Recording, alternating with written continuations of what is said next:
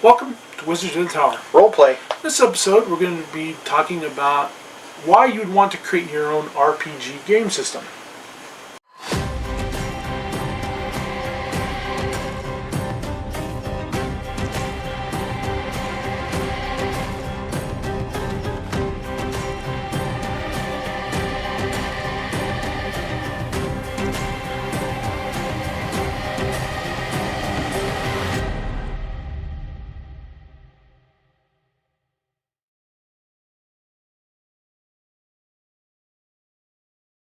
Welcome to Wizards of the Tower. Roleplay. We're going to be talking a little bit about why you'd want to create your own RPG game system, away from the thousands and thousands of other game systems that are out there. Right. What made us come up with this idea? So this morning, Tom and I were eating our homemade blueberry pancakes with homemade Dutch honey. If you have never had Dutch honey, you gotta look it up and make some. Pretty good. It's great for pancakes, waffles, and French toast. But anyway, we started talking about Mad Max because we recently saw Furiosa, the Mad Max saga, a Mad Max saga. Right. And we're both huge fans of the Mad Max series and the Mad Max world. Yeah. So the thing is we started talking about how you could create an RPG based in the Wasteland. Right. Now, there's lots of post-apocalyptic RPGs, okay? A lot of them basically have to kind of do with mutants and zombies and things like that. But are there any set up around the car culture and the car combat that is so common in the Max movies? Right. So, first of all, why would you want to make a game system like this? Well, one, is there a niche for it? Is there a place for it? Well, you know, I would say yes, because the Wasteland stuff is really popular. Yeah. Okay, you have Wasteland Weekend out in California. Mm-hmm. You have all these post-apocalyptic LARPs that people do. In Europe, Australia, Japan, France, Italy. There's people all over the world who are just fascinated with, you know, the Mad Max saga, with, you know, that kind of, with the Wasteland survival games. I would think that something like that would be a little more attractive. And I say that because I think the dearth out there of games, TV, movies, of zombies and stuff, I think is kind of reaching its end. I think people are kind of getting tired of the zombie stuff. And I think there's a little more to it now when you add in the fast-paced action of car combat, you know, and wasteland survival. Yeah. What would your RPG entail? Would it be all RPG? Would it have some aspects of other like tabletop combat out there, like the MechWarrior games? Yeah. Okay. Yeah. Now, Mad Max, and why Mad Max? Well, as Tom just said, you know, there's a huge fascination out there. Besides, there's an Aliens RPG by Free League. Yeah. There's a Planet of the Apes RPG by Free League. There's a Blade Runner game by Free League. There's a Walking Dead game by Free League. Yeah. And that's just a quick search on Free Leagues of what is out there. You know, they've created an Aliens one, a Planet of the Apes, a Blade Runner, a Walking Dead. There's a Tales from the Loop. Yeah. There's the One Ring, which is basically Lord of the Rings. Yeah. So why not a Mad Max style game? Right. It's a popular culture spin-off, right? I don't know how in the world you could create a Tales from the Loop RPG. I don't know. Okay, but that's just me, all right? But, you know, popular action movie spin-offs, there's tons of them. And they always have, like, computer games that you can play. And there's a Mad Max computer game, okay? Yep. And the thing is what do you do with that? You know, there's always these spin-offs that kind of take you and kind of enhance the brand, so to speak, and get you kind of deeper immersion, that kind of thing. Yeah. You know, why a Mad Max one? Well, why not? You know, why not? There's all kinds. Right. Why couldn't there be one like that? Right. You've got some really interesting characters. The main character, of course, is Max Rockatansky himself. But then you also have Furiosa. You've got Morton Joe. You've got People Eater. You got the Bullet Farmer. You got all those people that can play. Anti-Emity. Yeah, Anti-Emity. You got all those. The gyrocopter pilot. You could play all these different characters in the game, or you could just have your own characters interact with them somewhat. Okay. Right. Now, there's games out there which are not role-playing games, which kind of have an aspect of the Mad Max. Okay, probably the most popular right now is Gas Lands Refueled. But Gas Lands Refueled is really not what a Mad Max game, because it's got Martians. Yeah, I mean, I read the book and I thought this is about the wasteland, but it's really not. It's a racing game. It's a contest to see who can win and get off Earth and go live on Mars with the elite. All right. So you don't want to play in that storyline. You could probably do something else. But after reading the gameplay, to me it seems like it's just about as fun as getting your toenails pulled out. I don't have any problems with the templates and the car, and going into skids. The aspect of the game is quite interesting. Yeah, shifting up, shifting down, the skids. To me, it seems like you're going to spend most of your time rolling dice after dice after dice after dice, and it doesn't seem like there's any RPG in there. There's none. So no RPG. Right. That's not it's an more RPG It's game. more like a tabletop simulation / war game. Exactly.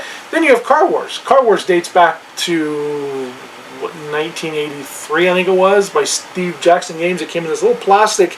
They called it a sandwich bag game, and it was this little box.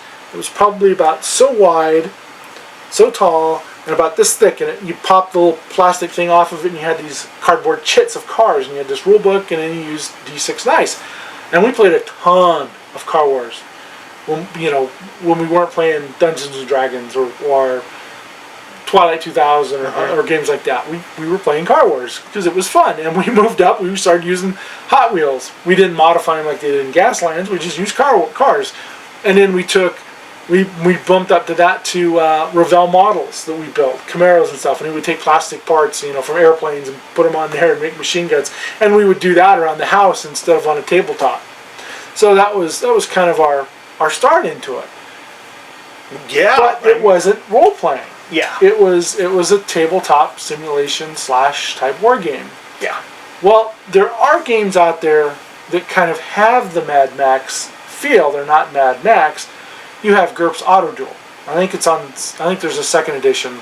I have a PDF of it. And when I was looking for Mad Max type RPG games, that was one of them that came up. The one that actually came up the most was a game called Apocalypse World. And Apocalypse World referenced cars, but there is no car simulation in there. So you kind of have to have, if you're going to play Mad Max, you have to have part role-playing, you have to have part car combat. Yeah. So, just in case there's someone who's been living under a rock for 40 years and doesn't know what I'm talking about when I talk about Mad Max and cars, George Miller conceived of the idea because Australia is a big country just like the United States. It's got lots of highways. There's a huge car culture there, just like there is in the United States.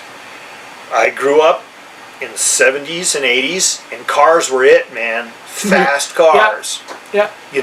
Fast cars, fast having motorcycles. a Mustang, having a Camaro, having a Firebird, having a Barracuda.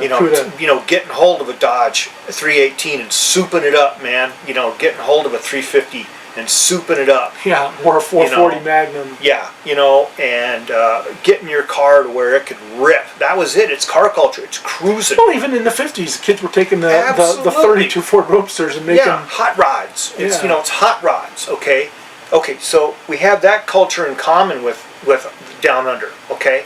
And they got lots of cars. Well, the whole idea is that extension would be, people see that as freedom. Cars are freedom. You get behind the wheel, you can cruise and cruise and cruise as long as you got gas. Okay? Well, what happens at the end of the world when there's no laws? Well, people are going to kind of clump together in gangs. They're going to prey on one another. All right? And they're going to get this kind of, tribal society. And you see that in the Max films, all the tribal costumes, all the way the cars are, how they look, and everything like that. So you create this kind of car culture and combat culture and immersiveness in the games, and it just screams for an RPG game based upon that. And why one doesn't exist, I do not know. Well, like I said, there's Gurps Auto Duel.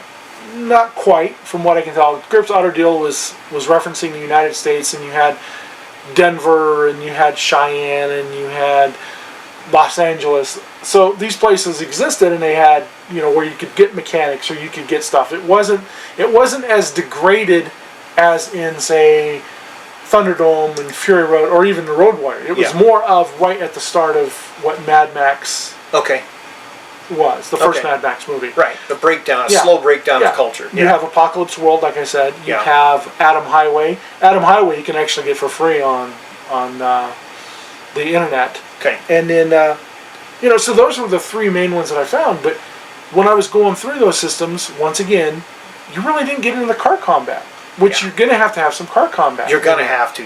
Whether you base it off like a Starfinder system, because there is some spaceship combat in that. Yeah. So you could take a little bit of Gas Lands or Car Wars, probably Car Wars, because Car Wars is real simple, and throw that into your RPG and have a lot of fun with it.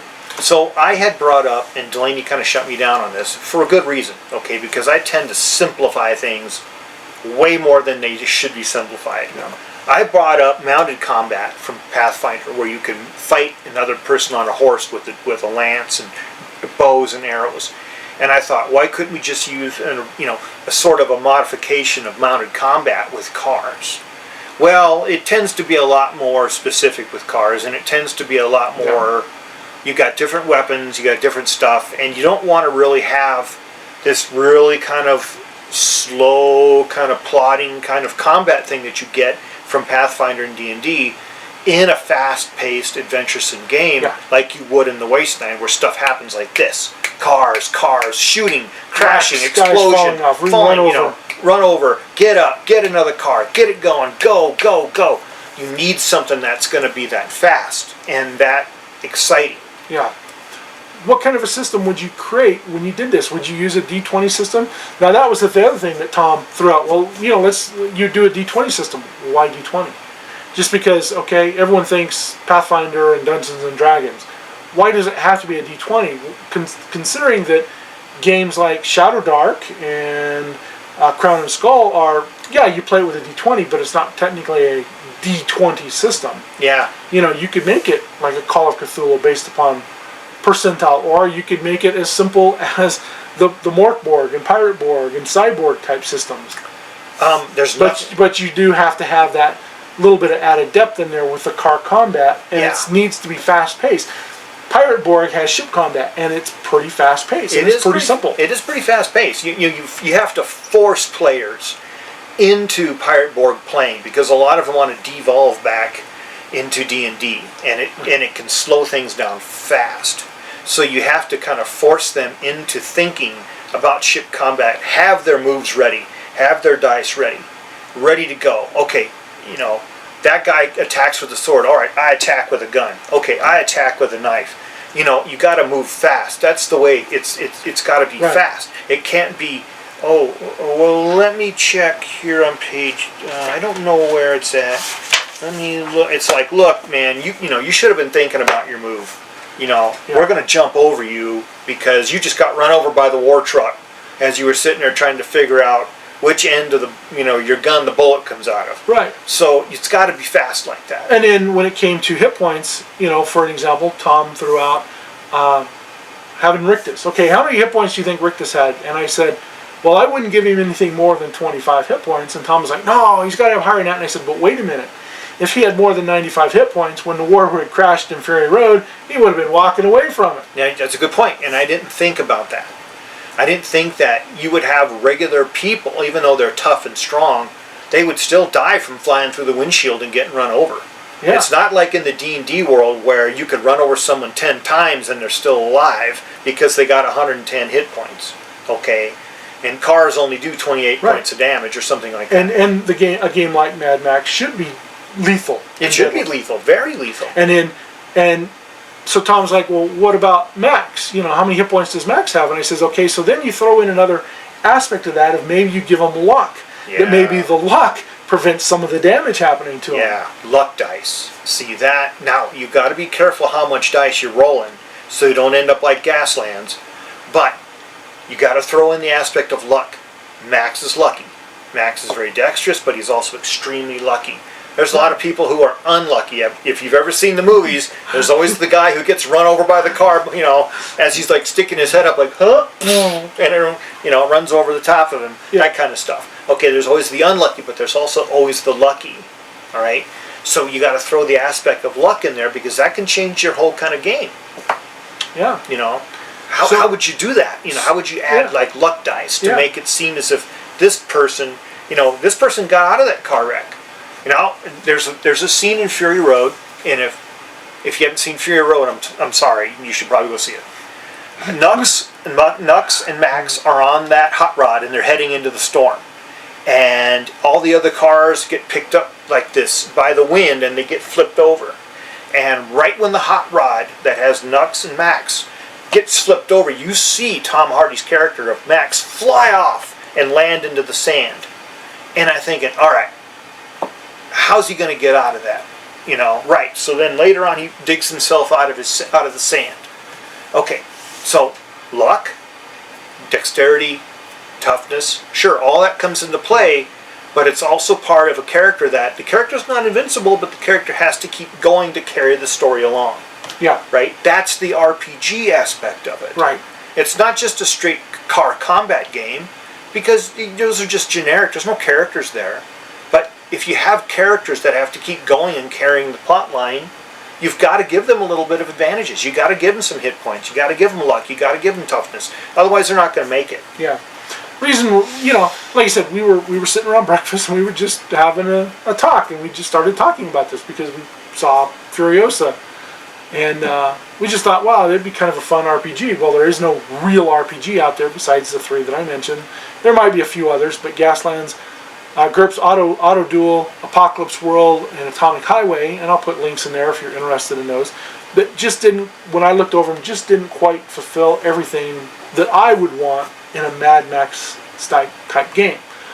And Tom and I have kind of worked on some other games that we've thought about working on based on the Borg systems. Yeah. There was a game that we've slightly been working on here and there about cryptids. Yeah. It's set like in the 1920s and 30s in the world. 40s, yeah. Yeah, and so it's like monsters and monster hunting and stuff like that. Definitely kind of a niche game, but it could be really fun because you confront these different kinds of monsters. And the thing is we're thinking about, what's an RPG aspect of a role-playing game set in the wasteland? Yeah.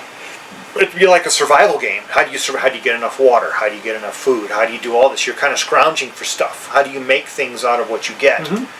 And it seemed really intriguing because at the heart of it, Delaney and I are role-play gamers. We're not tabletop gamers. I kind of am, a little bit. Because I play Battletech, and we played Flames of War. But that's true, but I am not. I am not a tabletop gamer. I am a role-play gamer. Oak and Iron. I like role-play games for the role-playing aspect. So what would it be like if you were going to create, a wasteland survival game that had car combat and that sort of thing as a role-play style game? And I'm pretty sure it could be done.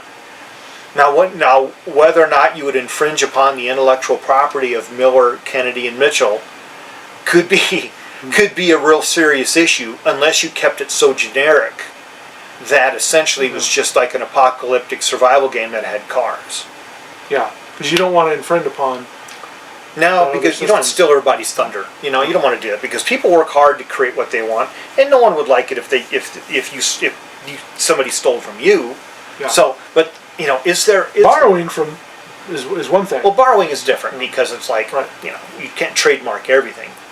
What would it be like if you created a post-apocalyptic survival story that was an RPG that basically existed in the wasteland, and where would you set it? You could set it in the United States, you could set it in different parts of the world, that kind of thing.